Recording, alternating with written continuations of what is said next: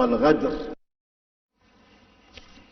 يأتي ذلك فيما احتضنت محافظة كربلاء اجتماعا مع عدد من المحافظين لمناقشة استعدادات الزيارة الأربعينية. وقيادة عمليات الفرات الأوسط تؤكد مشاركة 30,000 عنصر أمني لحماية الزائرين.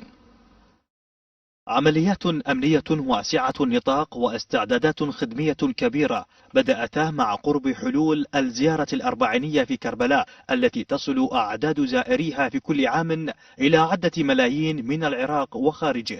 وبهذا الصدد اجتمعت المحافظات التي تحيط بكربلاء للوقوف على أهم الخطط الموضوعة الخدمية منها والأمنية. أفواج الزائرين سواء من داخل العراق أو من خارج العراق بأعداد حاشدة وغفيرة جدا توجهت إلى كربلاء وقبل موعد الزيارة بمدة طويلة نسبيا، وهذه فرضت علينا مجموعة من الإجراءات اللي يجب أن نتخذها لكي نواجه مثل هذا الحدث الكبير. كحكومة المحلية وعتباتنا المقدسة تقوم بدور كبير وضخم لخدمة الزوار، والهيئات والمواقف الحسينية وجماهير كربلاء المقدسة جاهزة بشكل كامل لاستقبال ملايين الزوار إلى كربلاء. جهوديتنا في محافظة واسط على أفضل ما يكون من الناحية الأمنية، من الناحية الخدمية، من ناحية النقل. ركزنا عن النقل في هذا الجانب، كون المواكب الحسينية قائمة بموضوع الضيافة والأطعام.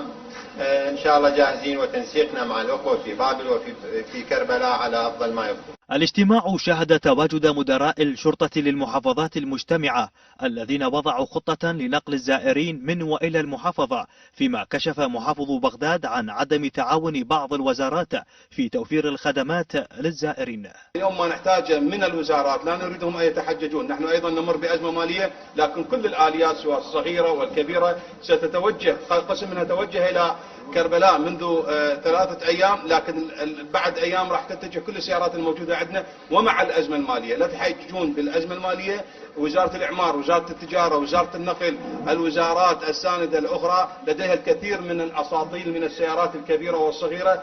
لابد أن تتجه الزائرين في كل عام يعني يكون عندهم أذية في حالة الرجوع. عمليات الفرات الأوسط المسؤولة عن تأمين القواطع كشفت بدورها عن مشاركة 30,000 عنصر أمني في خطة حماية زائري كربلاء خلال الزيارة الأربعينية، كاشفة عن وجود استنفار أمني في المحافظة من خلال نشر قوات الجيش والشرطة الاتحادية وفصائل الحشد الشعبي لتأمين منطقة غربي كربلاء.